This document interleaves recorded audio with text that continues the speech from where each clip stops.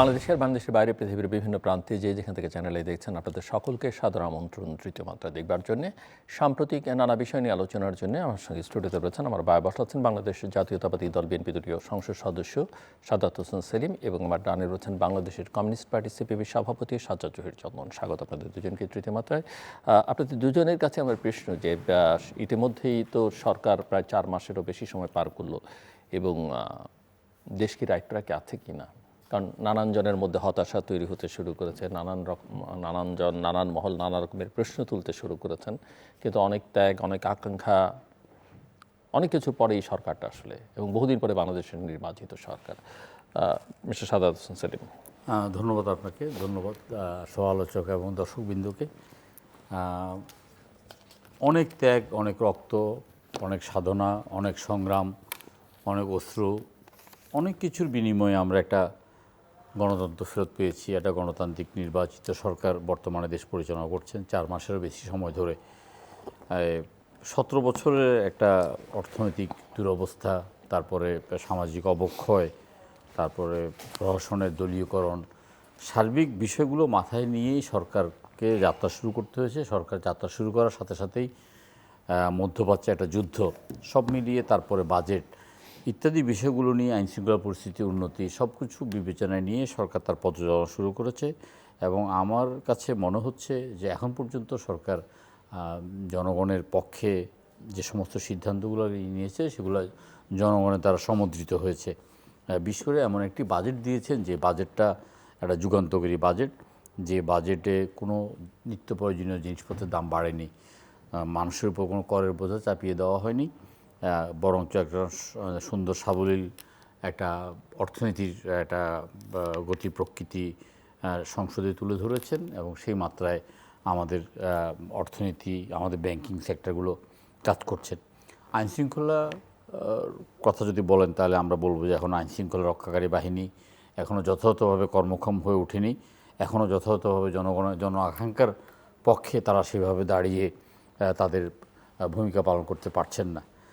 পাশাপাশি মাননীয় প্রধানমন্ত্রী তিনি প্রথম দিন থেকেই যেভাবে জনগণের হৃদয়কে নাড়িয়ে দিয়েছেন, জনগণের কাছে সমর্থিত হচ্ছেন, তার আচার আচরণে, চলনে বলনে মানে সীমিতভাবে তিনি তার সমস্ত রাষ্ট্র পরিচালনা করা, মিতব্যয়িতা, অপচয়কে আবার লাগাম টেনে ধরা ইত্যাদি বিষয়গুলো নিয়েও জনগণের মধ্যে এক ধরনের ইতিবাচক প্রভাব বিস্তার করছে। প্রধানমন্ত্রী যেই গতিতে এগিয়ে চলছেন, মাননীয় প্রধানমন্ত্রী যেই গতিতে সমস্ত দেশটাকে এগিয়ে নিতে যাচ্ছেন, তার সাথে অনেকেই তাল মিলাতে পারছেন না, তার সাথে অনেকেই একসঙ্গে চলতে পারছেন না, অনেকেই পিছিয়ে পড়ছেন এবং এইভাবে চলতে থাকলে অনেকে হয়তো ছিটকে যাবেন। তারপরও আমরা মনে করি যে একটা নতুন সরকার নতুনভাবে 17 বছরের উত্তরাধিকার সূত্রে পাওয়া আমলাতন্ত্র সেখানে যাচাই বাছাই করে স্বৈরাচারের দোসর মুক্ত অথবা দলীয়ভাবে একেবারে আনুগত্য প্রকাশ করে যারা দেশের গণতন্ত্রকে হত্যা করেছে, দেশের বাক স্বাধীনতাকে হত্যা করেছে, যারা দেশের অর্থকে লুণ্ঠিত করার জন্য সহযোগিতা করেছে, তাদেরকে চিহ্নিত করে সেই জায়গায় দেশপ্রেমিক, দেশের মানুষের প্রতি কমিটেড একটা প্রশাসন যন্ত্রকে সাজিয়ে সামনের দিকে এগিয়ে যাওয়াটা সরকারের জন্য চ্যালেঞ্জ। এবং মাননীয় প্রধানমন্ত্রী তার আচার আচরণে, তার সিদ্ধান্তে তিনি বুঝিয়ে দিচ্ছেন যে তিনি এটা করতে পারবেন। পাশাপাশি একটা সংসদ এই মুহূর্তে চলমান, সংসদের মধ্যে প্রাণবন্ত আলোচনা চলছে। সরকারি দল এবং বিরোধী দলও সরকারের যে কোনো বিষয় নিয়ে যৌক্তিক যে কোনো সিদ্ধান্তের ব্যাপারে তারা বিরোধিতা করছেন এবং সরকারও অনেকগুলো বিষয় আমলে নিচ্ছেন। একটা প্রাণবন্ত আলোচনা চলছে, কখনো কখনো আবার আলোচনা একটু ভিন্ন খাতে প্রভাবিত হচ্ছে। সব মিলিয়ে আমাদের ধারণা, আমরা জনগণের সাথে আলাপ আলোচনা করে যেটা দেখতে পাচ্ছি যে সরকার সঠিক রাস্তাতে আছেন এবং সামনে সঠিক রাস্তার দিকেই তারা পরিচালিত হবে। মিস্টার সাজ্জাদ জহির চন্দন, আপনিও কি তাই মনে করেন কি না? ধন্যবাদ সঞ্চালক জিল্লুর রহমান, এবং ধন্যবাদ আমাদের সহ-আলোচক সেলিম ভাই।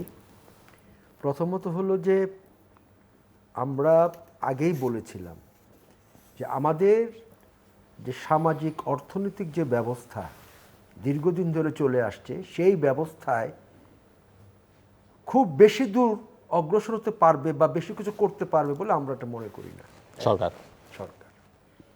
দ্বিতীয়ত হলো মানুষ দেখে আপনার সামনে যেটা তার থাকে সেই বিষয়টা মূলত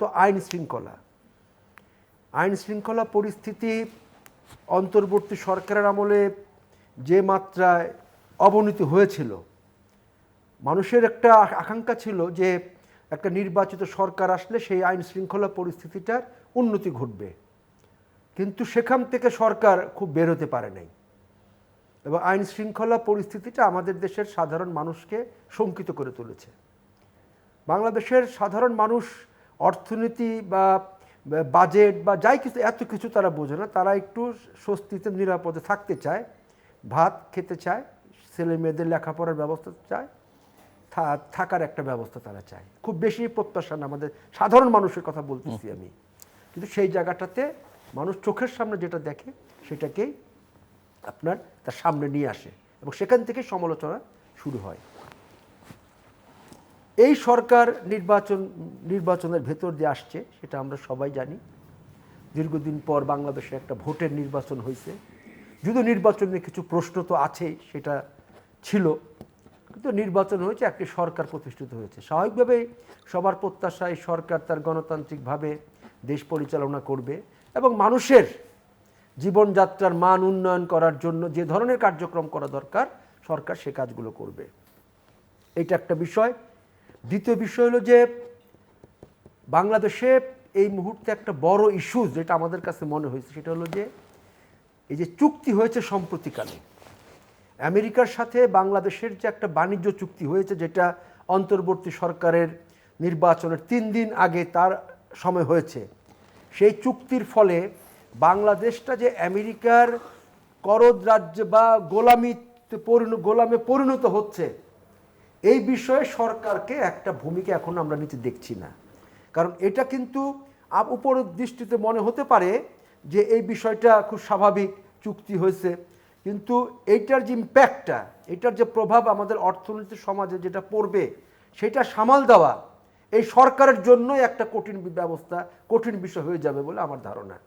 তাই সরকারের উচিত এই বিষয়ে তার একটা বক্তব্য পরিষ্কার করা। এবং আপনি দেখেন মালয়েশিয়া, তারা কিন্তু এই ধরনের চুক্তি তারা বাতিল করে দিছে। আপনি দেখেন আমেরিকার কোর্ট বাংলাদেশের সাথে চুক্তি বা যেগুলো সেগুলো কিন্তু তারা নাকচ করেছে আমেরিকান কোর্ট। তারপরও কোথায় সমস্যাটা সেই জায়গাটায় আমরা সবাই বুঝি, কিন্তু এই জায়গাটায় সরকারকে একটা ভূমিকা পালন করতে হবে। 4 মাস গিয়েছে, আরও সময় সামনে আছে, আমরা দেখি। তবে এখন এই মুহূর্তের প্রধান কাজটা হলো আমাদের বিবেচনায় আইন শৃঙ্খলা পরিস্থিতির উন্নতি ঘটানো এবং অর্থনীতির ক্ষেত্রে বিগত সরকারের আমলে যে একটা অব্যবস্থা, অনিয়ম যেটা হয়েছে, স্বাভাবিকভাবে সেখান থেকে বেরিয়ে একটু কঠিন, সেখান থেকে বেরিয়ে আসতে হবে। বেরিয়ে আসতে হলে সরকারকে জনবান্ধব, মানুষের স্বার্থে তার অর্থনৈতিক যে পলিসি সেটা তাকে পরিচালিত করতে হবে। সেইভাবে সরকার যদি অগ্রসর হয় তাহলে অগ্রসর হতে পারবে বলে আমাদের ধারণা। সাদাত হোসেন সেলিম, অন্তর্বর্তীকালীন সরকার অনেকগুলো ইস্যু বিএনপির সামনে রেখে গেছেন। অন্তর্বর্তীকালীন সরকার একটা গণ অভ্যুত্থানের পরে যেভাবে গঠিত হয়েছে, সে অন্তর্বর্তীকালীন সরকার গঠন করার সাথে সাথেই আমাদের একটা আশাভঙ্গ হয়েছে। আমরা আশা করেছিলাম যে এই রকম একটা 17 বছরের দীর্ঘ আন্দোলনের পরে অন্তর্বর্তীকালীন সরকারটা আর একটু দক্ষ যোগ্য লোকদেরকে দিয়েই সংগঠিত হবে, সেটা সংগঠিত করতে পারেন নাই। আমরা অন্তর্বর্তীকালীন সরকারের প্রধানের কাছে বেশ কয়েকবার আমরা বলেছি যে আপনি আপনার মন্ত্রণালয়গুলো পরিবর্তন করেন, এটাকে গতিশীল করেন। তিনি সেটা করেন নাই। তিনি বরঞ্চ যেই উপদেষ্টা মণ্ডলী গঠন করেছেন সেখানে তিনি তার আত্মীয়করণ, তার আপনার আঞ্চলিকতাকরণ, তারপরে তার এনজিও সেক্টরের লোকজনকে প্রাধান্য দিয়ে তিনি তার দেশটা চালিয়ে গেছেন। মূলত আমরা একটা সময় শঙ্কিত হয়ে গিয়েছিলাম নির্বাচনের প্রশ্নে, নির্বাচনটা কি আদৌ যথাসময়ে হবে কি না। কারণ আমরা চেয়েছিলাম নির্বাচনটা যথাসময়ে হোক।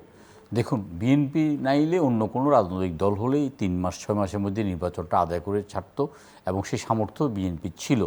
কিন্তু বিএনপি জন আকাঙ্ক্ষার প্রতি শ্রদ্ধা প্রদর্শন করে কিছুটা সময় সরকারকে দিয়েছে।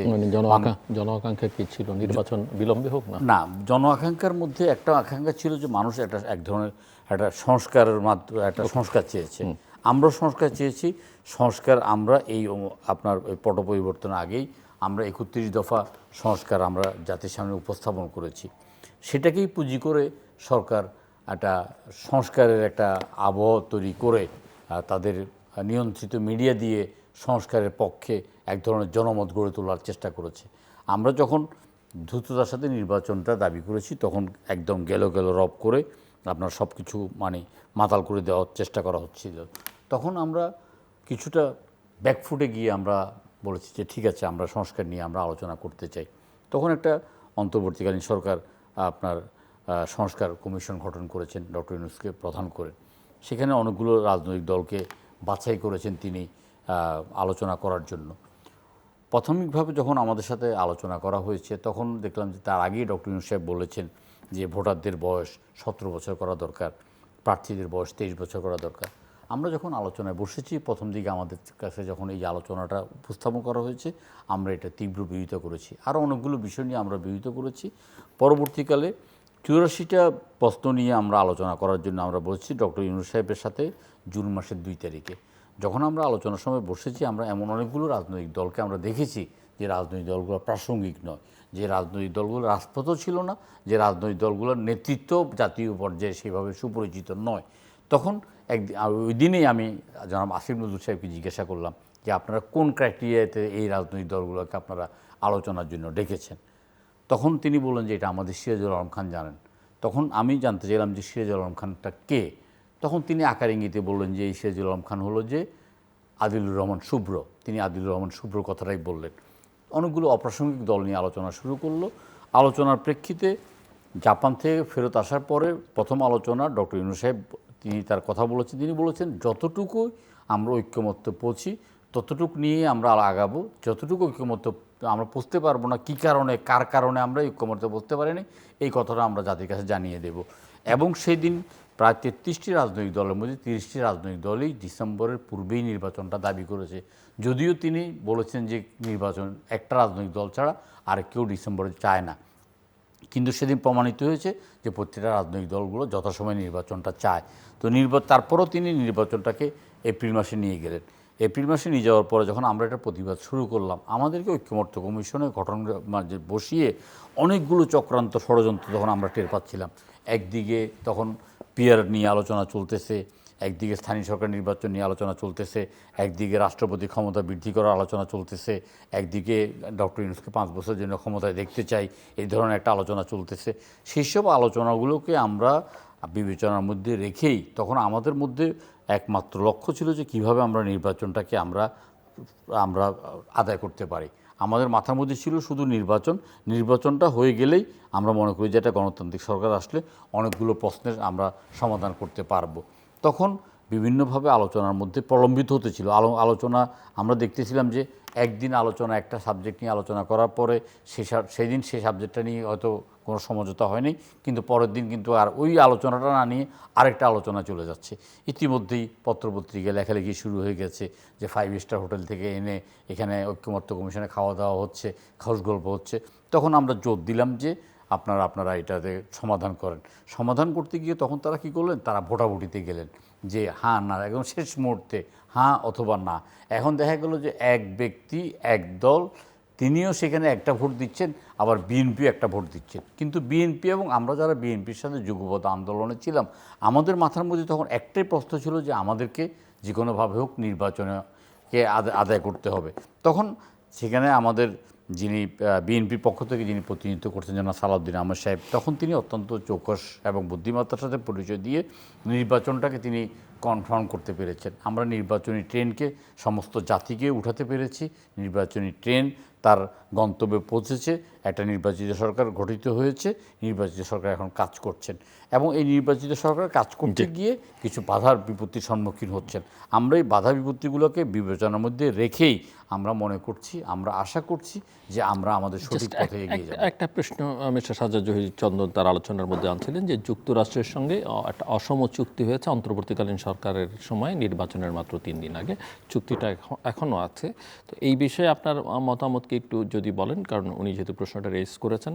আরেকটা বিষয় আমরা দেখলাম যে প্রধানমন্ত্রীর চীন সফর শেষে এটা নিয়ে নানা রকমের মূল্যায়ন হচ্ছে, ব্যালেন্স আছে কিনা, কোনো একদিকে চুকে গেল কিনা। তার চেয়ে বড় কথা হচ্ছে যে এখন দেখা যাচ্ছে যে এশিয়ান ডেভেলপমেন্ট ব্যাংকের একটা রিপোর্টে বেরিয়েছে যে যুক্তরাষ্ট্র হয়তো বাংলাদেশের উপরে আরও 10% শুল্ক আরোপ করতে পারে। দেখুন, আমরা সেটা আমরা 17 বছরের এই জুলাই মাসে বসে আমি নিতে বলতে পারি যে জুলাই মাসটা শুধু জুলাই মাস নয়, জুলাই মাসের ইতিহাস 17 বছরের ইতিহাস। জুলাই মাসের ইতিহাস ইলিয়াসের ইতিহাস, জুলাই মাসের ইতিহাস গুম খুনের ইতিহাস, রক্তাক্ত সোপান রচনা করার ইতিহাস, জুলাই মাসের ইতিহাস 1 লক্ষ মামলায় 70 লক্ষ লোকের আপনার হয়রানির ইতিহাস। সেই জুলাই মাসের বিপ্লবের পরে, জুলাই মাসের অভ্যুত্থানের পরে আমরা আজকে অত্যন্ত দুঃখের সাথে বলতে বাধ্য হচ্ছি যে আমাদের সঠিক ব্যক্তিটাকে আমরা আমাদের সরকার প্রধান হিসাবে আমরা পছন্দ করতে অথবা নিয়োজিত করতে আমরা ভুল করেছি। আমরা বাংলাদেশের সবচাইতে অন্তর্বর্তীকালীন সরকারের প্রধানকে আমরা নির্বাচিত করতে ভুল করেছি। আমরা সবচাইতে লোভী, সবচাইতে আত্মকেন্দ্রিক, সবচাইতে ব্যবসায়িক ব্যক্তিটাকে, যিনি নিজের স্বার্থ ছাড়া কিছু বুঝেন না, তাকে আমরা তার দলে আমরা করেছি। তিনি প্রথমেই তার সুদ মাফ করে নিয়েছেন, প্রথমেই তিনি তার গ্রামীণ ব্যাংকের মালিকানা বৃদ্ধি করে নিয়েছেন, প্রথমেই তিনি তার গ্রামীণ আদম ব্যবসা লাইসেন্স নিয়েছেন, গ্রামীণ বিশ্ববিদ্যালয় নিয়েছেন। জনগণের জন্য তিনি কিছুই করেন নাই। তাকে আমরা বলেছি যে আপনি একটা দক্ষ মন্ত্রণালয় সাজান, তিনি সেটা সাজান নাই। আমরা প্রথম দিনেই যখন দেখলাম যে স্ক্রলের মধ্যে কিছু নাম, আমরা দেখলাম একজনের নাম দেখার পরে আমি চিন্তা করলাম যে আমি তো খবর নিয়ে দেখি লোকটা বেঁচে আছে কি মরে গেছে। পরে দেখলাম যে তিনি আমেরিকায় বসবাস করছেন কন্যাদের সাথে গত 4 বছর যাবৎ, 17 বছর যাবৎ, তার কোনো অবদান নেই। তাকেও তিনি উপদেষ্টা করেছেন। এই কথাগুলো ওনার সামনে আরও বারবার বলেছি।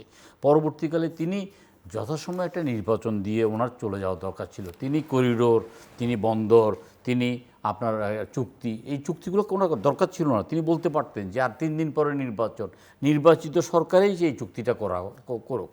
তিনি চট্টগ্রাম বন্দরকে বলেছেন যে ডিপি ওয়ার্ল্ড নামে একটা প্রতিষ্ঠানকে তুলে দেওয়ার ব্যাপারে তিনি কথা বলেছেন।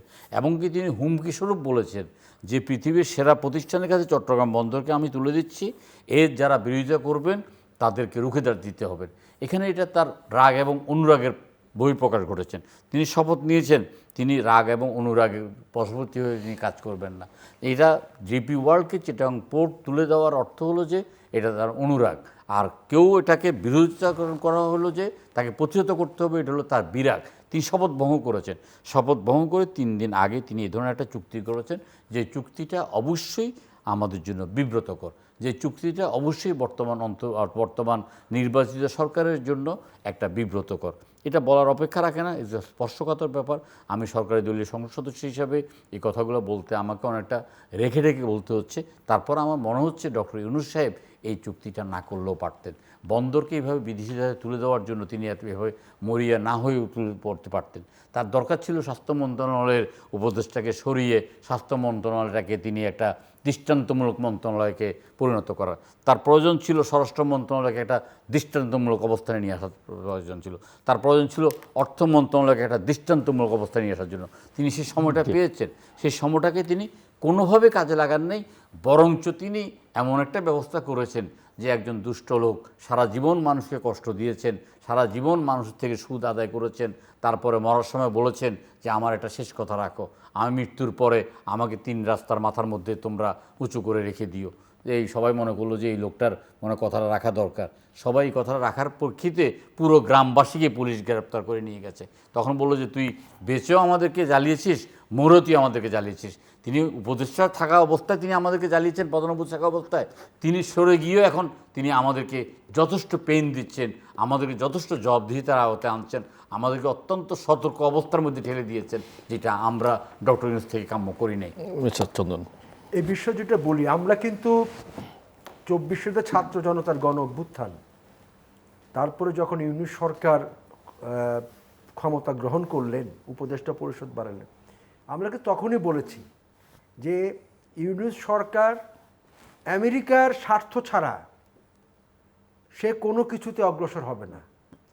কারণ আমেরিকা অতীত তাকে পৃষ্ঠপোষকতা দিয়েছে এবং এখন আরও বেশি দেবে, এবং উনি আমেরিকার স্বার্থেই প্রথম কাজটা তিনি কি করলেন, একজনকে উপদেষ্টা বানালেন, খলিলুর রহমান সাহেব, যেটা পরবর্তীকালে দেখলাম বিএনপি তাকে পররাষ্ট্রমন্ত্রী বানিয়েছে। এবং উনি যারা দেশের ছিল না এই ধরনের যারা ব্যক্তিবর্গ দেশের বাইরে ছিলেন তাদেরকে তিনি নিয়ে আসলেন তার কর্মকাণ্ড পরিচালনা করার জন্য, শুরুতেই গলদ। এবং উনি তার যে সেলিম ভাই ঠিকই বলছেন, উনি তার যে স্বার্থ, ব্যক্তির স্বার্থ, সেগুলোকে উনি আগে সমাধান করছেন, তারপর আমেরিকার বিষয়টা তিনি নিয়ে আসলেন। এবং এটা আমরা তো পরিষ্কারভাবে বুঝেছি এটা, যে ইউনূস সাহেব আগেও আমরা বলতাম, বিশেষত উনি যখন প্রধান উপদেষ্টা ছিলেন না তখন আমরা বামপন্থীরা তাকে এইভাবে বলতাম যে উনি হচ্ছেন এনজিওদের প্রতিনিধি, আমেরিকার প্রতিনিধি। এটা পরিষ্কার ছিল আমাদের, কিন্তু তারপর সেই সময় আমরা একটা মেনে নিতে বাধ্য হয়েছিলাম, কারণ একটা অরাজক পরিস্থিতি, একটা ফর্ম তো আসতে হবে। সেই কারণে উনি যে কাজগুলো করলেন, বন্দর নিয়ে সেলিম ভাই বললেন, ভাবটা এরকম উনি দেশের মানুষের উন্নয়ন করতে আসছেন, কিন্তু তিনি যে দেশের মানুষকে ঠকালেন এবং মানুষের যে আকাঙ্ক্ষা ছিল সে আকাঙ্ক্ষার সাথে তিনি প্রতারণা করলেন, সেটা কিন্তু মানুষ বুঝে গেছিল। এবং শুধু আমেরিকা ডিপি ওয়ার্ল্ড বা বাণিজ্য চুক্তি এটা না, সেই সাথে উনার সামলে একটা বড় বিষয় হচ্ছে বাংলাদেশে সাম্প্রদায়িক ফ্যানাটাইক মৌলবাদী শক্তি, মুক্তিযুদ্ধ বিরোধী শক্তির উত্থানটাও একটা ব্যাপকভাবে কিন্তু সমাজের সর্বস্তরের রাষ্ট্রে সেটা ছড়িয়ে পড়ছে। মানে উনি আমাদেরকে অর্থনৈতিকভাবে ডুবিয়ে দিয়েছেন, রাজনৈতিকভাবে সাম্প্রদায়িক শক্তি, মৌলবাদী শক্তি, সাম্রাজ্যবাদী শক্তি তাদের উত্থানকে পৃষ্ঠপোষকতা দিয়েছেন। এবং দেশ পরিচালনার কাজে, দেশ পরিচালনায় তিনি যেভাবে তার এনজিও স্টাইলে দেশ পরিচালনা করতে চেয়েছেন, সেই স্টাইলে বাংলাদেশটা পরিচালিত হয় না। এবং উনি যে ক্ষতিটা করে দিছেন আমাদের এই 18 মাস থাকায়, যে ক্ষতিটা করে দিচ্ছেন, এবং সেই সাথে এই সাম্প্রদায়িক শক্তি, স্বাধীনতা বিরোধী শক্তি, তাদের সাথে তার যে আপোষ এবং তাদের দ্বারা প্রভাবিত হয়ে অনেক ধরনের সিদ্ধান্ত তিনি গ্রহণ করতেন। সংস্কারের কথা বলেছেন, আমরা কিন্তু বলেছিলাম হ্যাঁ সংস্কার প্রয়োজন, তবে সংস্কার একটা চলমান প্রক্রিয়া এবং সংস্কার হবে, কিন্তু আমরা বলছিলাম সংস্কারের চূড়ান্ত রূপটা হবে নির্বাচিত জাতীয় সংসদে এবং দ্রুত সম্ভব নির্বাচন দিতে হবে, সেই দাবি আমরা তুলেছিলাম। কারণ আমরা বুঝতে পেরেছিলাম যে যে মাত্রা উনার এজেন্ডা যেটা ছিল, এজেন্ডাকে শেষ না করে উনি যাবেন না, এবং যত দ্রুত সম্ভব নির্বাচন দেওয়ার ভেতর দিয়েই আমরা মনে করেছিলাম যে বাংলাদেশে একটা পরিবর্তনটা একটা শুরু হোক। এবং নির্বাচনের প্রশ্নে আমরা অটল ছিলাম, শেষ পর্যন্ত 18 মাসের মাথায় নির্বাচন তিনি দিয়েছেন এবং এক ধরনের বাধ্য হয়ে নির্বাচন তিনি দিয়েছেন, কিন্তু যে মনের সুখে নির্বাচন দিয়েছেন ভাবার কোনো কারণ নাই। এবং এটা দিয়েও আর একটা প্যাচ তিনি লাগিয়ে দিয়েছেন, আপনারা কি সংবিধানে গণভোট, সংবিধানে জুলাই সনদ, নানা ধরনের বিষয়গুলো উনি নিয়ে আসছেন, যেগুলো আমাদের মুক্তিযুদ্ধ, আমাদের স্বাধীনতা, আমাদের সার্বভৌমত্বের সাথে যায় না, সেই বিষয়গুলো নিয়ে আসছেন এবং মানুষের মধ্যে এক ধরনের বিভ্রান্তি তৈরি করেছেন। সে যাই হোক, নির্বাচন হয়েছে, আমরা প্রত্যাশা করি যে নির্বাচিত সরকার আসছে, যে চুক্তিগুলো হয়েছে সেই চুক্তিগুলি সরকার বাতিল করুক, এটা আমরা চাই। এই যে ডিপি ওয়ার্ল্ড, চট্টগ্রাম বন্দর, তো অদ্ভুত ব্যাপার, বন্দরের বিরুদ্ধে আন্দোলন করলে তাদেরকে প্রতিহত করা হবে। ভাবটা এরকম যে আমরা যে ফ্যাসিস্ট সরকারের আমলে দেখেছি যে কিছু বললেই বলে যে এটা প্রতিহত করা হবে, রুখে দাও। আরে এইটা কি? মানে উনি ভদ্রতা বোধ পর্যন্ত উনি রাখতে পারেন নাই। আর সবচেয়ে বড় বিষয় হলো যে বাংলাদেশের দুর্ভাগ্য হলো এই যে আপনার ওই বিদেশি লোকজন দিয়ে, মানে বিদেশি মানে বাংলাদেশের লোকই বিদেশে থাকে, তাদেরকে দিয়ে উনি সংস্কার, দেশ পরিচালনা অনেক কিছু করতে চান। এর পেছনে মূল উদ্দেশ্যটাই ছিল তার আমেরিকাকে সন্তুষ্ট করা, সাম্রাজ্যবাদী গোষ্ঠীকে সন্তুষ্ট করা। এবং বাংলাদেশে আজকে যে পরিস্থিতি তৈরি হয়েছে, নিশ্চয় বিএনপি সেগুলো ফেস করতে হবে, বিএনপিকে যেহেতু সরকারে তারা আছে। বিএনপি যে আপনার যদি ক্লাস ক্যারেক্টার হিসেবে দেখি, আমরা তো শ্রেণীগতভাবে মনেই করি আমরা যে আওয়ামী লীগ বলেন, বিএনপি বলেন, জামাত বলেন, জাতীয় পার্টি বলেন, সবার শ্রেণী চরিত্র এক, খুব পাল্টাবে না, শ্রেণী চরিত্র এক। এবং বিএনপির আরেকটা বিষয় আমরা মনে করি সেটা দেখা দরকার, সেটা হলো যে এই যে চর দখল, লুটপাট এখন শুরু হয়েছে, ইউনূসের সরকারের আমলে লুটপাট করছে আমার উপদেষ্টারা, এবং সকল তাদের পৃষ্ঠপোষকতা যে রাজনৈতিক দল হয়েছে একটা, সেই দলের লোকজন এটা বেরোচ্ছে এগুলো এখন। এবং আমরা বারবার বলছি যে ইউনূস সরকারের আমলের দুর্নীতি শ্বেতপত্র প্রকাশ করা এখন কি এই সরকারের সময় সেটা দেখছেন? এখন এই সরকারের সময় যেটা হচ্ছে যে আপনার হাট দখল, চর দখল, বাস স্ট্যান্ড দখল, এগুলো চলতেছে তো। এবং আরো নানা ধরনের ঘটনা ঘটতেছে, যেগুলা সাম্প্রতিক পত্রিকা আমাদের বাই ফোর্স করে, জোর করে স্বাক্ষর নেওয়া, অনেক কিছু ঘটতেছে, এগুলো সেগুলো আমরা দেখছি। কিন্তু এখান থেকে যদি সরকার কঠোর না হয়, যদি সরকার এই জায়গাটাতে তার অবস্থানটা পরিষ্কার না করে কঠোর না হয়, তাহলে কিন্তু এই সরকারের বিপদে পড়বে, এটা সরকারের বিপদে পড়বে। জি, মিস্টার সাদাত হোসেন সেলিম, বিশেষ করে শেষের অংশ নিয়ে আমি একটু আপনার কাছ থেকে আমি বলছি যে আমাদের তো আমরা বাংলাদেশ সরকার তো সরকার পরিচালনা করতে হলে বিভিন্ন দেশের সাথে বন্ধুত্ব রাখতে হবে, বিভিন্ন দেশের সাথে চুক্তি করতে হবে, এবং সেই চুক্তি হবে অবশ্যই মর্যাদাপূর্ণ, ভারসাম্যপূর্ণ। এবং এই চুক্তিটা ডক্টর ইউনূস সাহেব না করলে এই চুক্তিটা বিএনপি সরকার করতে পারতেন। আমাদের তো অবশ্যই একটা চুক্তির দরকার আছে। আমেরিকা তো আমাদের পরীক্ষিত বন্ধু। আমেরিকা ধরেন আমরা তৈরি পোশাকের মধ্যে আমরা 1 নাম্বার আমেরিকাতে, আমাদের নাম্বার 1 আমরা আমেরিকাতে, আমাদের তৈরি পোশাক বাজার বাজার আমাদের বিশাল একটা বাজার আছে। সর্বোপরি আপনার সবচেয়ে বাংলাদেশের অর্থনীতিটা যে তার উপর টিকে আছে রেমিটেন্স। এই রেমিটেন্সটা কিন্তু পৃথিবীর সবচেয়ে বেশি হলো যে আমেরিকা থেকে আসে। তারপরে DB1 DB2 এগুলো দিয়ে প্রচুর লোকজন আমেরিকাতে গিয়েছেন, প্রচুর লোকজন আমেরিকাতে যাচ্ছেন, বিরাট একটা কর্মসংস্থান হচ্ছেন। আমেরিকার বাজারে আমাদের তৈরি পোশাক চমৎকারভাবে আমরা সেখানে ব্যবসা করছি। আমেরিকার সাথে যেমন আমরা যদি বোয়িং কিনতে হয় তাহলে আমেরিকা থেকে কিনতে হবে, তাহলে আমরা এটা খোলামেলা চুক্তি করেই আমরা বোয়িংটা কিনবো। কিন্তু ডক্টর ইউনূস সাহেব যেভাবে ঢাক করে করেছে, এটা রহস্যের জন্ম দিয়েছে। এখানে এটা বললো যে কি বিএনপিকে একটা অ্যাকিউজ করানোর জন্য, বিএনপিকে একটা দোষারোপ করার জন্য করেছে। আমরা এই জিনিসগুলো করতে পারতাম, কারণ আমরা বোয়িং কিনতাম, আমাদের গম কিনতে হবে, আমাদেরকে আমেরিকার বিভিন্ন পণ্য কিনতে হবে, আমাদের বিভিন্ন পণ্য আমেরিকার বাজারে যাবে, এগুলো ভাইস ভার্সার একটা ব্যাপার। সবচেয়ে বড় কথা হলো যে আমেরিকা গণতন্ত্রের পক্ষে আমাদের জন্য দাঁড়িয়েছে। এই যে র্যাব দিয়ে, পুলিশ দিয়ে পাখির মতো শত শত মানুষকে হত্যা করেছে, নিষ্ঠুরতার চরম পর্যায়ে, সেক্ষেত্রে আমেরিকা কিন্তু একটা স্যাংশন দিয়ে কিন্তু অনেকগুলো জীবন বাঁচিয়েছে। জীবন বাঁচানোর দায়িত্ব আল্লাহ তাআলা। কিন্তু আমরা মনে করব যে সেখানে আমেরিকা এই স্যাংশন দেওয়ার প্রেক্ষিতেই কিন্তু এই যে মানুষকে আপনার পাখির মতো গুলি করে হত্যা করাটা, সেখানে আমেরিকা চেষ্টা করেছে বাংলাদেশে গণতান্ত্রিক উপায়ে গণতন্ত্রকে প্রতিষ্ঠা করার জন্য। কোনো কিছু তোয়াক্কা না করে সরকার আমি আর ড্যামি নির্বাচন করেছেন। আমরা এটা বিশ্বাস করতাম যে একটা গণ অভ্যুত্থান হবে, এই গণ অভ্যুত্থানের মাধ্যমে সরকারের পরিবর্তন হবে। এই পরিবর্তনের মধ্যে দিয়েই এই জায়গায় আপনার কাছে আমার প্রশ্ন, এখন আজকে যেগুলো আলোচনা হচ্ছে, একটা হচ্ছে যে স্বৈরাচারী ব্যবস্থা বাংলাদেশে ফিরবে কিনা। জি, কারণ তার সঙ্গে বাংলাদেশে আপনারা কিভাবে সংস্কার কার্যক্রমগুলো, রাষ্ট্র কাঠামো সংস্কার করবেন, চেকস অ্যান্ড ব্যালেন্সের কি ব্যবস্থা করবেন, সংবিধানে কি পরিবর্তন আনবেন, তার সঙ্গে এটা সম্পর্কিত। সেই জায়গায় অনেকের মধ্যে হতাশা তৈরি হচ্ছে। অনেকে মনে করছেন যে বিএনপি আসলে সেই জায়গাটা থেকে ধীরে ধীরে দূরে সরে যাচ্ছে, হয়তো একবারে যাচ্ছে না। আরেকটা হচ্ছে যে সাম্প্রতিককালে শেখ হাসিনার যে বক্তব্য ভারতীয় গণমাধ্যমে, সেটা নিয়েও মানুষের মধ্যে কৌতূহল। তিনি কি ফিরবেন, তিনি কি ফিরতে পারবেন, তাকে কি ফিরিয়ে এনে বিচারের আওতায় আনা হবে বা আনা যাবে, এই প্রশ্নগুলো আছে। সো এই দুটো মানে একদিকে ফ্যাসিস্ট ফিরবে কিনা, আরেকদিকে স্বৈরাচারী ব্যবস্থা ফিরবে কিনা।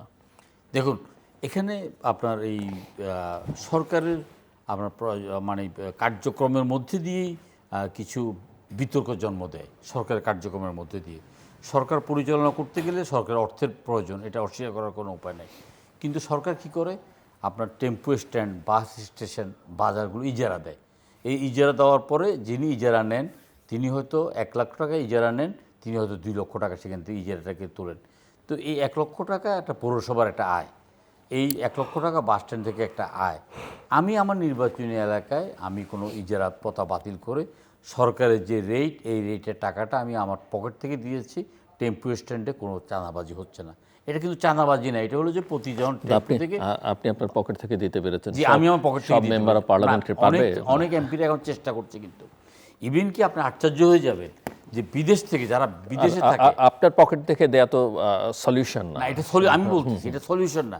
এই 1 লক্ষ টাকা পৌরসভা অন্য কোনো খাত থেকে আয় করুক, এই টেম্পো স্ট্যান্ড থেকে আয় করার দরকার নাই, এই বাজার থেকে তোলার দরকার নাই। আমাদের এলাকাতে বিভিন্ন বাজারে প্রবাসীরা দল বেঁধে 1 লক্ষ 1.5 লক্ষ টাকা দিয়ে তারা নিজেরা ওই বাজারে ডাক্তার নিয়ে এটা ফ্রি করে দিচ্ছে এখন। এটা আমরা একটা জনকল্যাণে একটা কালচার তৈরি করছি। তো এই কারণে কিন্তু বিভিন্নভাবে বিএনপির উপর একটা দোষারোপ তৈরি হয়েছে। আর যে কয়দিন আগে দেখেন একজন হাউজিংয়ের ব্যবসা যারা করে তাদের বিরুদ্ধে তো প্রচুর অভিযোগ আছে। একজন তার পাওনা টাকা আদায় করতে গেছেন, পাওনা টাকা আদায় করতে গিয়ে তিনি হয়তো পাওনা টাকাটা আদায় করবে আইনের মাধ্যমে। আইনের মাধ্যমে না করতে গিয়ে আইনকে শ্রদ্ধা করতে হবে, আইনের শাসনটা প্রতিষ্ঠা করতে হবে। এখন বিএনপি 17 বছর দেখা গেল যে অনেকগুলো বাজারে তার দোকান বন্ধ করে দিয়েছে, অনেকগুলো তার জমি দখল করে দিয়েছে। বিএনপি কিন্তু সেই বেদখল কিন্তু জমি কিন্তু আর দখল করতে পারছেন না। বিএনপি কিন্তু তার আপনার ওই দখলকৃত দোকানটাও আপনার ফেরত নিতে পারছেন না। তাতে করে বিএনপির উপর একটা দখলবাজির একটা তকমা আসছে। এখন আমাদের সরকার প্রধান থেকে বলা হচ্ছে যে না, এটা আইনগতভাবেই মোকাবিলা করে তোমাকে নিতে হবে, কোনো দখলবাজিতে যাওয়া যাবে না। আমি আমার নির্বাচনী এলাকায় বলতে পারি, আমি আমার নির্বাচনী এলাকা নিয়ে সন্তুষ্ট। আমার নির্বাচনী এলাকায় এই ধরনের কোনো কর্মকাণ্ডকে আমরা প্রশ্রয় দিচ্ছি না। যেহেতু সরকার প্রধান, তিনি তার কর্মকাণ্ডে অত্যন্ত দৃঢ়। এই দৃঢ়তাটা আমাদের প্রত্যেকটা এমপির মধ্যে কাজ করছে। আমরা চেষ্টা করছি নির্বাচনী এলাকায় যতটা সম্ভব এগুলোকে কন্ট্রোল করে চলার জন্য। আমরা হয়তো একদিনই সব কিছু করতে পারবো না, কারণ রাজনীতির দুর্বৃত্তায়ন 17 বছর পর্যন্ত রাজনীতির নামে যে দুর্বৃত্তায়ন হয়েছে সেটা আমরা 17 সপ্তাহের মধ্যে 17 মাসের মধ্যে আমরা দূর করতে পারবো না। আর যে কথাটা বলছে যে মানে ফ্যাসিবাদ তো শেখ হাসিনা একদিনে হয় নাই। তত্ত্বাবধায়ক সরকার ব্যবস্থা বাতিল করার প্রশ্নে যখন 10 জন অ্যামিকাস কিউরির মধ্যে 9 জন একদিকে রায় দিয়েছে, সে রায়টাকে তুড়ি মেরে উড়িয়ে দেওয়া হয়েছে। যে কমিটিটা গঠন করা হয়েছে সুরঞ্জিত সেনগুপ্তের নেতৃত্বে, তারপরে তোফায়েল আহমেদ সহ, আমির হোসেন আমন সহ প্রত্যেকে, মতিয়া চৌধুরী সহ প্রত্যেকেই তত্ত্বাবধায়ক সরকারের পক্ষে ছিলেন। শুধুমাত্র বিচার বিভাগকে তত্ত্বাবধায়ক সরকারকে একসাথ না করে তারা সেভাবে চিন্তা করছে। শেখ হাসিনা সেখানে থুতু মেরে তুলু মেরে উড়িয়ে দিয়ে একদলীয় শাসন ব্যবস্থা কায়েম করেছে।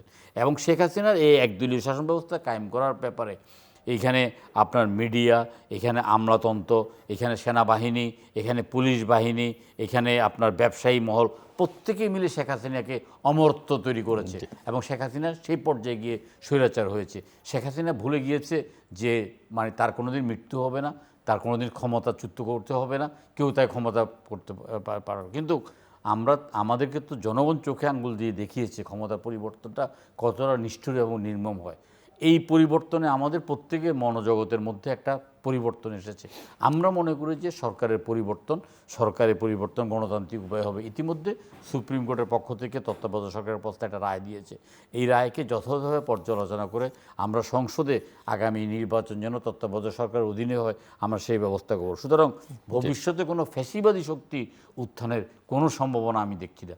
ব্যক্তিগত জীবনে জনাব তারেক রহমানের চিন্তা চেতনায় তিনি 17 বছর দেশের বাইরে থেকে যে ওয়েস্টার্ন কালচারের একটা মানে যে ধারণাটা তিনি মাথায় নিয়ে যিনি চেষ্টা করছেন, সেই চেষ্টাটা যদি চলমান থাকে এবং আমলাতন্ত্রটাকে আসলে অত্যন্ত কঠিন একটা বিষয়।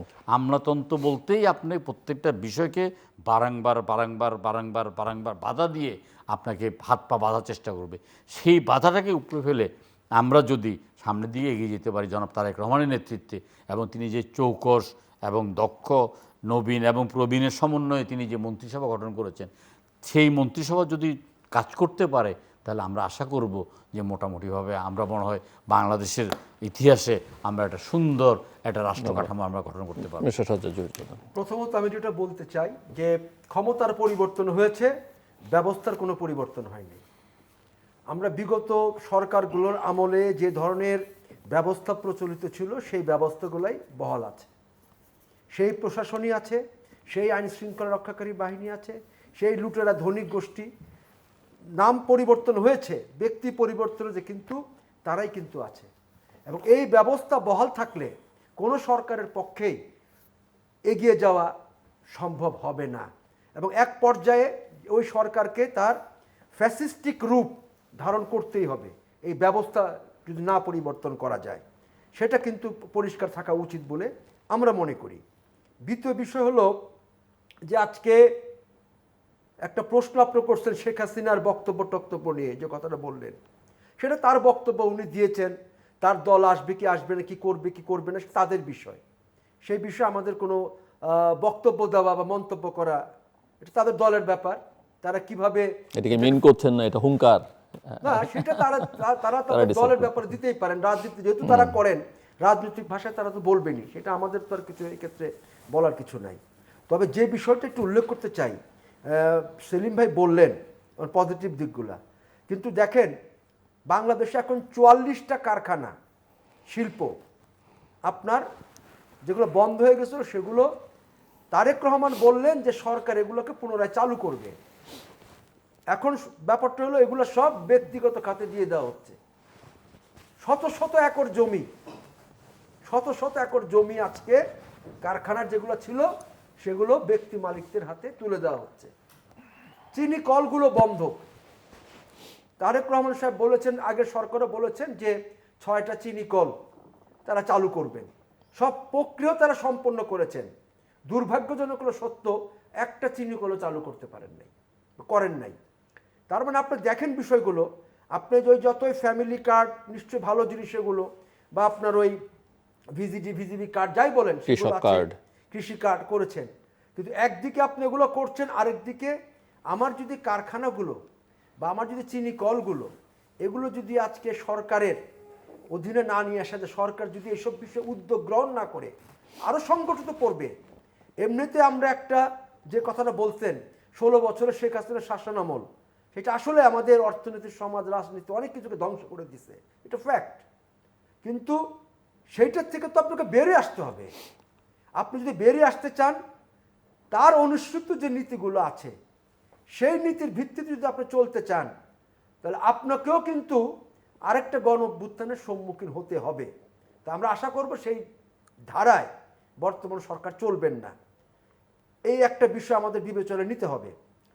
আরেকটা বিষয় যেটা আমরা বলতে চাই সেটা হলো যে আপনি যে কথাটা বলেছেন যে 16 বছর যে রাজনীতির যে আপনার কি বলে দুর্বৃত্তায়িত হয়েছে রাজনীতি, আমরা মনে করি 16 বছর না, রাজনীতির দুর্বৃত্তায়ন হয়েছে স্বাধীনতার পর 54 বছরেই। রাজনীতিটা রাজনীতিবিদদের হাতে ছিল না, রাজনীতিটা দুর্বৃত্ততার হাতে চলে গেছে, এটা আমরা বলতেছি, এটা ফ্যাক্ট।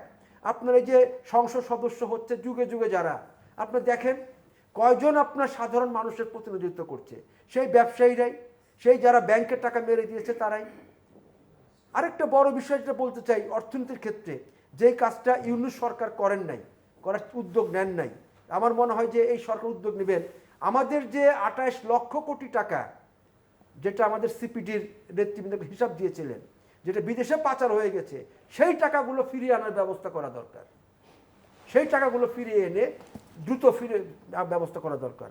মানে আমি বলতেছি অর্থনীতির ক্ষেত্রে, রাজনীতির ক্ষেত্রে এবং সামাজিক ক্ষেত্রে যদি আপনি পরিবর্তন না আনতে পারেন, আপনার মতো করে আপনি আপনার যে বুর্জুয়া রাজনীতি করেন বা যে ধনী শ্রেণীর রাজনীতি করেন, তার স্বার্থেও যদি আপনি করতে চান, তাহলে আপনাকে এই জায়গা থেকে বেরিয়ে আসতে হবে এবং পরিবর্তনটা আপনাকে করতে হবে, যে পরিবর্তনটা জনকল্যাণ বা সাধারণ মানুষের পক্ষে যায়। সেই দিকে যদি না আগান, তাহলে আপনি ভবিষ্যতে এই ধরনের গণ অভ্যুত্থান আরেকটা বাংলাদেশে হবে, সেটার সম্মুখীন আপনি হবেন, এটা আমি মনে করি। মিস্টার সাদাত হোসেন সেলিম, দেখুন, রাষ্ট্র পরিচালনা করতে গেলে রাষ্ট্রের স্বার্থ, জনগণের স্বার্থ এবং শ্রমিকের স্বার্থটাই প্রাধান্য দেওয়া দরকার। সরকার ব্যবসা করতে আসে নাই, সরকার ব্যবসা করতে পারবে না, কিন্তু সরকারকে যেটা করতে হবে সেটা হলো রাষ্ট্রের স্বার্থ সংরক্ষণ করে শ্রমিকের স্বার্থ দেখে সিদ্ধান্তগুলো নিতে হবে। আমরা সরকারের যে সমস্ত প্রতিষ্ঠানগুলো দেখি, আমি প্রত্যেকটা প্রতিষ্ঠানের নাম ধরে বলতে পারবো, যে Bangladesh food and sugar industries corporation, Bangladesh steel and engineering corporation, Bangladesh chemical engineering corporation, BTRC, BTMC, BRTC, প্রত্যেকটা প্রতিষ্ঠানই কিন্তু অলাভজনক। এখানে অর্থনীতির রক্তক্ষরণের অন্যতম প্রধান জায়গা হলো এই সরকারি প্রতিষ্ঠানগুলো। সরকার রাষ্ট্রের স্বার্থ রক্ষা করে এবং শ্রমিকের স্বার্থ রক্ষা করে এগুলো কীভাবে পরিচালিত করবে, এ ব্যাপারে সরকারকে সিদ্ধান্ত নিতে হবে। কারণ ব্যক্তিগত খাতে একটা প্রতিষ্ঠান পরিচালনা করতে গেলে ব্যক্তিগতভাবে সিদ্ধান্ত নেওয়া যায়। সরকারি খাতে আপনি যদি একটা বাথরুমের বেসিন পরিবর্তন করতে যান, তাহলে সেটা যদি সেই প্রতিষ্ঠান যদি দিনাজপুরের পঞ্চগড়ে হয়ে থাকে, সেখান থেকে সিদ্ধান্তটা আসতে হবে ঢাকায় যদি আপনার একজন আমলার কাছে পাঠান, এটা সে আমলার থেকে নিচে যেতে যেতে তিনি প্রশ্ন করবেন যে এই বেসিনটা কোন কোম্পানির বেসিন, কিভাবে কত সনে উৎপাদিত হয়, এটার মূল্য কত, অন্য কোম্পানির মূল্য কত, কিভাবে দেখবেন। এইভাবে দেখতে দেখতে 6 মাস পার হয়ে যাবে, বেসিন আসবে না। কিন্তু একটা বেসরকারি প্রতিষ্ঠান ইচ্ছা করলে 10 মিনিটের মধ্যে স্থানীয় বাজার থেকে একটা বেসিন কিনে সেখানে লাগাতে পারবে। সরকারের সাথে এবং প্রাইভেট সেক্টর এবং পাবলিক সেক্টরের সাথে পার্থক্য এখানেই। সরকারের পক্ষ থেকে বদ্ধ কারখানা চালু করার একটা উদ্যোগ নিয়েছে।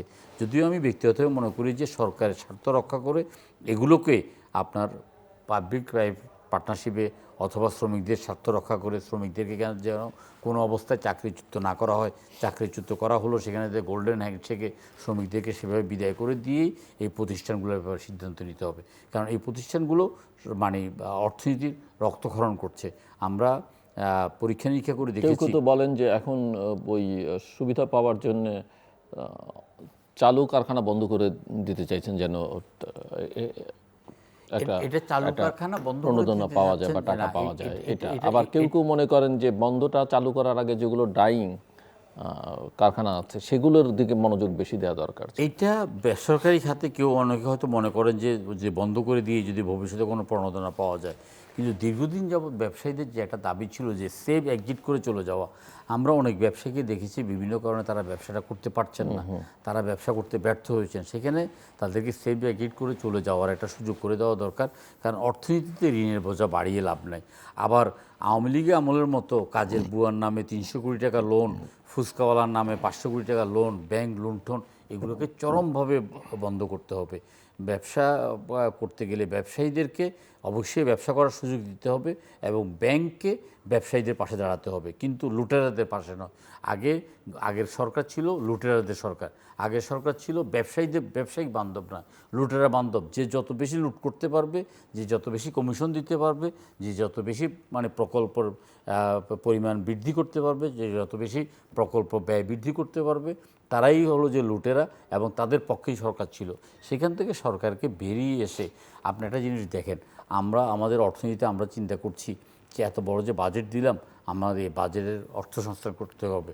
শুধুমাত্র যদি আপনি ভ্যাট পদ্ধতির চেঞ্জ করেন, যে প্রত্যেকটা ব্যক্তি ভ্যাট দিচ্ছে, ভ্যাট দিলে সে তার টেলিফোন নাম্বারে চলে যাবে যে আপনার থেকে এই ভ্যাটটা কাটা হয়েছে। আমরা অসংখ্য রেস্টুরেন্টে খাওয়া দাওয়া করি, কিন্তু ভ্যাটটা আমাদের থেকে নেয়, কিন্তু সরকারি কোষাগারে জমা দেওয়া হয় না। সরকার যদি এই অবস্থাটা নিশ্চিত করতে পারে যে ভ্যাটটা আমরা দিই, পাবলিক দেয়, জনগণ দেয়, ক্রেতা দেয়, সেই ভ্যাটটা যদি সরকারি কোষাগার, এখানে 1 নম্বর 2 নম্বর 3 নম্বর 4 নম্বর বই থাকে, 1 নম্বর বইতে একরকম, 2 নম্বর বইতে একরকম, 3 নম্বর বইতে একরকম, বিভিন্নভাবে যদি 10 লক্ষ টাকা সরকার মানে একটা ব্যবসায়ী আপনার ক্রেতাদের থেকে নেয়, সেখানে হয়তো 1 লক্ষ টাকা দেয়। আমাদেরকে নিশ্চয়তা দিতে হবে যে পুরো টাকাটাই যেন সরকার পায়, আমরা যেন ক্যাশলেস একটা ব্যবস্থাপনার মধ্যে দিয়ে যেতে পারি। আমরা তো মানধাতার আমলে গিয়ে বসে থাকলে হবে না, আমাদেরকে রাষ্ট্র পরিচালনা করতে হলে রাষ্ট্র পরিচালনার ব্যয়টাই কমাতে হবে। দেখেন, একটা রাষ্ট্র পরিচালনা করতে গিয়ে যদি আমাদেরকে 75% যদি শুধু রাষ্ট্রের পিছনে ব্যয় করতে হয়, আর বাকি 25% দিয়ে আমরা কি উন্নয়ন করব? তাহলে সরকারের আকার কমাতে হবে, সরকারি লোকসানি প্রতিষ্ঠানগুলোকে বন্ধ করে দিয়ে সেখান থেকে জনবল সরিয়ে নিয়ে আনতে হবে। সেখানে অনেক সচিব, অনেক অতিরিক্ত সচিব ওই সব রুগ্ন কারখানা নিয়ে বসে আছেন, তারা জানে না তাদের কী কাজ, তারা আসেন, যান, বেতন নেন। এইগুলোকে মানে নজর দিতে হবে। গতানুগতিক আমিও আপনার চন্দ্রবাবুর সাথে একমত যে 50 বছর ধরে দুর্বৃত্তায়ন চলছে রাজনীতির নামে, সেখান থেকে আমাদেরকে তো বেরিয়ে আসতে হবে। বেরিয়ে আসতে হলে আমাদেরকে সম্মিলিত প্রচেষ্টা করতে হবে। আর একটা জিনিস, যে শেখ হাসিনার শব্দবোমা, শেখ হাসিনার সাথে আমাদের অনেক হিসাব নিকাশ বাকি আছে। শেখ হাসিনা পালায় না, শেখ হাসিনা পালিয়ে যেতে আসে নাই, শেখ হাসিনা আপনার জনগণের জন্য এসছেন, অনেক কথা আমরা শুনেছি, কিন্তু শেখ হাসিনাকে পালিয়ে যেতে বলেছে কে? যাওয়ার সময় তো 31টা বাক্সপত্র নিয়ে যেতে বলেছে কে? তার সাথে আবার মসজিদের ইমামকে ভেঙে যেতে বলছে কে? এখন কিন্তু কেউ বলছে না, আপনার ওই যে স্বরাষ্ট্রমন্ত্রী বলছে না যে আমি আগে যাই, গিয়ে আমি শেখ হাসিনাকে ফেরার পথ সুগম করি। উনি বলছে যে আমাদের নেত্রী বলছে আমরা একসাথে যাব, তাদের সাহস থাকলে আসে বসুক না, আর এসে তেজগাঁও মোড়ে দাঁড়িয়ে বলুক আমি কামাল ফেরত এসেছি, ওবায়দুল কাদের বলুক আমি ওবায়দুল কাদের ফেরত এসেছি, হাসান মাহমুদ বলুক আমি হাসান মাহমুদ ফেরত এসেছি, তারপর দেখা যাক।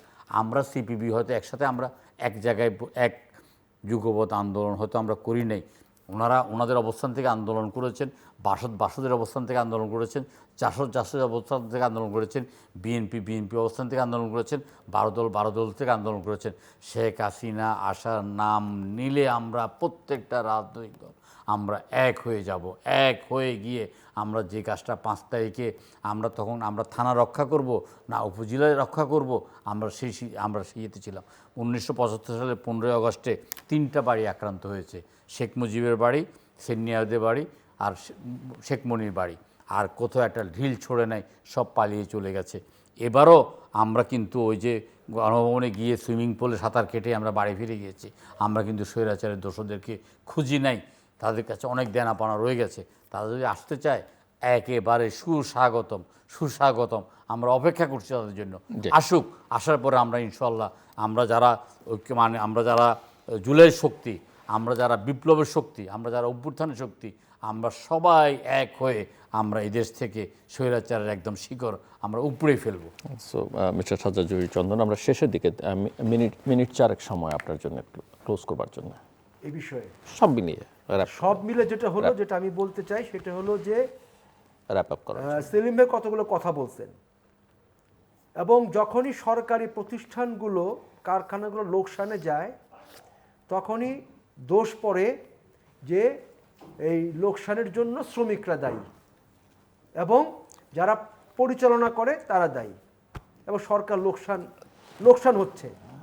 কিন্তু সেইখানে যে সংস্কার করার যে বিষয়টা, সেই বিষয়টা তো সরকারের পক্ষ থেকে করা হয় না। আপনি দেখেন এই যে চিনি কলের একটা ব্যাপার আমি বললাম, বাংলাদেশে এখন লক্ষ লক্ষ টন চিনি বাইরে থেকে আমদানি করতে বেশি পয়সা দিয়ে। আমার এখানে যদি মিনিমাম কিছু অর্থ এখানে ব্যয় করা যায় তাহলে আমার এখানে চিনি উৎপাদন সম্ভব। আর সরকার ব্যবসা করবে না কেন? আমি এই কনসেপ্টে আমরা একমত না। অবশ্যই সরকার তো ব্যবসা করতেই পারে, এই কনসেপ্টের সাথে তো আমরা দ্বিমত পোষণ করি। আমার প্রতিষ্ঠান, আমি চিনি কল, আমি চিনি বানাবো, আমি চিনি উৎপাদন করব, আমি জনগণের ক্রয় ক্ষমতার মধ্যে আমি চিনিটা দামটা আমি রাখবো, এবং আমি চিনি রপ্তানিও করবো, আমি ব্যবসা করব। কারণ আমাদেরও দেশের অতীতের অভিজ্ঞতা এরকম, ওই ব্যক্তিগত খাতে এই কারখানাগুলো দিয়ে, এবং যে কল কারখানা যাই বলি না কেন, এগুলো দেওয়ার ফলে কিন্তু ভালো কিছু হয় নাই।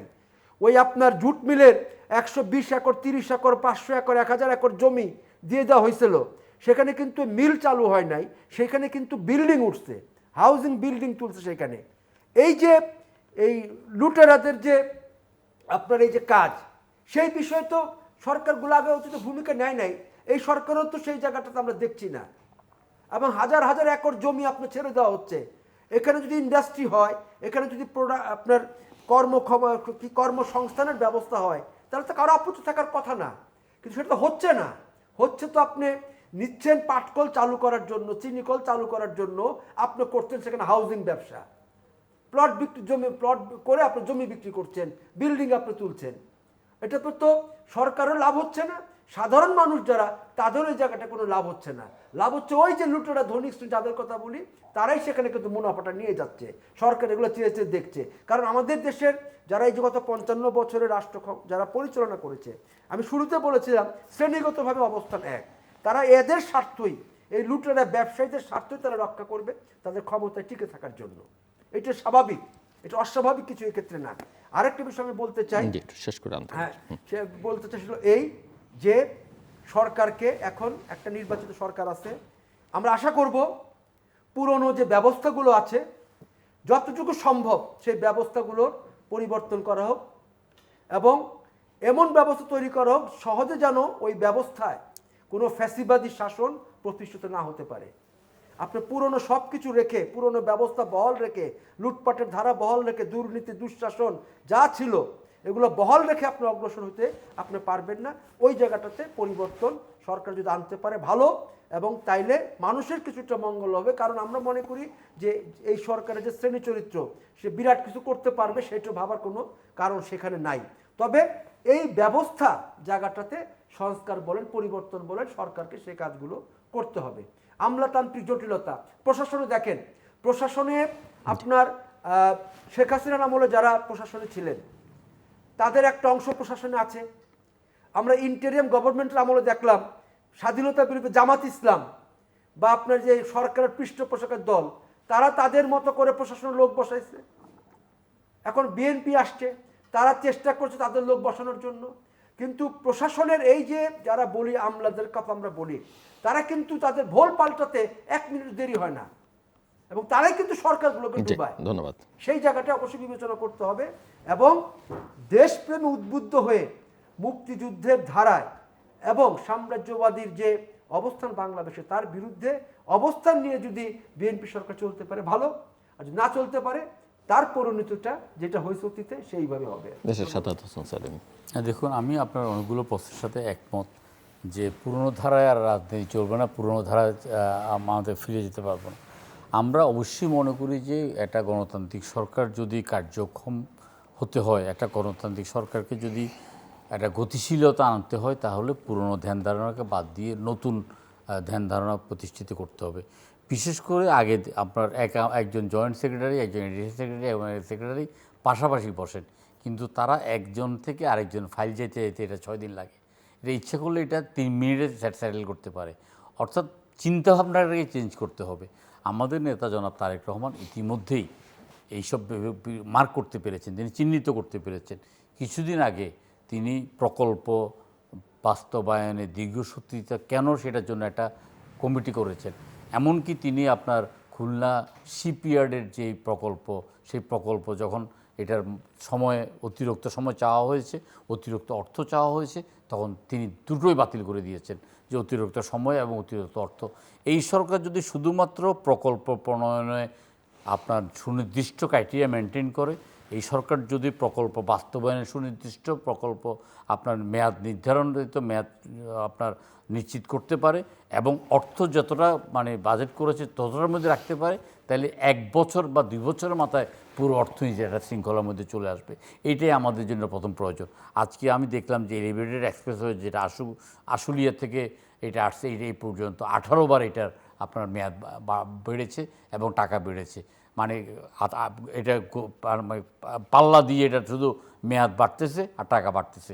এইসব ব্যাপারগুলো হলো পুরনো ধ্যান ধারণা। এইসব ব্যাপারগুলো হলো যে আমলাতান্ত্রিক জটিলতা। এইসব ধারণা হলো যে একদম ডাকাতি, সাগর ডাকাতি, পুকুর ডাকাতি। এই সাগর এবং পুকুর ডাকাতি থেকে সরকার সরে আসবেন, যেহেতু সরকার এই ব্যাপারগুলোকে চিহ্নিত করেছে এবং বিশেষ করে অর্থনীতি খাতে আপনার শৃঙ্খলা আনানোর জন্য আমরা সরকার দিনান্ত চেষ্টা করছেন এবং আমরা আশা করব যে রুগ্ন ব্যাংকগুলোকে নিয়ে আমরা একটা বিশেষ একটা চিন্তাভাবনা করব এবং ব্যাংকিং খাতকে আমরা আরও গতিশীল করব। ব্যাংকের থেকে যেন ঋণটা নিয়ে সরকার, যে ব্যবসায়ী সমাজ যথাসময়ে ঋণটা নিতে পারে এবং ঋণটা যেন সহনীয় পর্যায়ে হয়, ঋণটা যেন পরিশোধ করতে পারে, দেশের অর্থনীতির গতি চালিকা শক্তি যেন গতিশীল থাকে, গতিময় থাকে, সেই ব্যাপারটা নিয়ে আমরা চিন্তা করব, চেষ্টা করব। দর্শক, অনুষ্ঠানের শেষ প্রান্তে আমরা সামাজিক যোগাযোগ মাধ্যম ফেসবুকে, এক্স এবং ইউটিউবে তৃতীয় মাত্রা লাইভ স্ট্রিম হচ্ছে আপনারা দেখতে পারেন। টেলিভিশনের পর্দায় দেখতে না পারলে যে কোনো সময় যে কোনো স্থান থেকে ইউটিউবে তৃতীয় মাত্রা চ্যানেলটি সাবস্ক্রাইব করে এই পর্ব বা পুরনো পর্বগুলো আপনারা দেখতে পারেন। মিস্টার সাজ্জাদ জহির চন্দন এবং মিস্টার সাদাত হোসেন সেলিম, অসংখ্য ধন্যবাদ এই আলোচনা শোনার জন্য। দর্শক, পুরনো ধারায় দেশকে আর ফেরত নেওয়া সম্ভব না, যাবেও না। যাবে না এই কারণে যে কেউ চাইছেন বা কেউ চাইছেন না, ব্যাপারটা এরকম নয়। কিন্তু বাংলাদেশের জনসংখ্যার সিংহভাগ হচ্ছে তরুণ এবং তরুণদের মনে এখনও পর্যন্ত যে দগদগে ঘা রয়েছে বিগত শাসনামল এবং পুরনো ইতিহাস সব মিলিয়ে, এবং যে 36 দিনের ঘটনাবলী তারা প্রত্যক্ষ করেছে, তার মধ্য দিয়ে তারা পুরনো ব্যবস্থায় কোনো অবস্থাতেই যেতে চাইবে না বাংলাদেশকে, এবং এটা দীর্ঘদিন তাদের স্মৃতিতে থাকবে। যে কারণেই এই আমাদের রাজনীতিতে, সামাজিক ক্ষেত্রে, অর্থনীতিতে আমূল পরিবর্তন দরকার এবং অবশ্যই পরিবর্তন সেটা ইতিবাচক পরিবর্তন দরকার। বর্তমান সরকারের রাজনৈতিক অঙ্গীকার আছে এগুলো করবার, কিন্তু এখন পর্যন্ত সুস্পষ্ট ভাবে বিশেষ করে কাঠামোগত সংস্কারের ক্ষেত্রে কোনো পদক্ষেপ দেখা যায়নি বলে অনেকে মনে করেন, এবং সেটা যদি তারা শেষ পর্যন্ত না করেন বা অঙ্গীকার রক্ষা না করেন, তাহলে তাদেরকেও মাথায় রাখতে হবে যে ব্যবস্থার মধ্যে বাংলাদেশ আছে, এই ব্যবস্থা আসলে তাদেরকে শেষ পর্যন্ত কোনো সুরক্ষা কিন্তু দিতে পারবে না। একটা গণতান্ত্রিক রাজনীতিতে, গণতান্ত্রিক সংস্কৃতিতে ক্ষমতায় থাকা, ক্ষমতার বাইরে থাকার মধ্যে তেমন মৌলিক কোনো পার্থক্য না, এবং সেরকম একটা ব্যবস্থা কিন্তু বাংলাদেশে প্রতিষ্ঠা করা খুব জরুরি। অনেকে বলছেন প্রধানমন্ত্রীর আকাঙ্ক্ষাতে, কিন্তু প্রধানমন্ত্রী একা সব কিছু বদলে দিতে পারবেন না। আমাদের সাথে থাকবার জন্য অসংখ্য ধন্যবাদ। আপনাদের সবার জন্য শুভকামনা।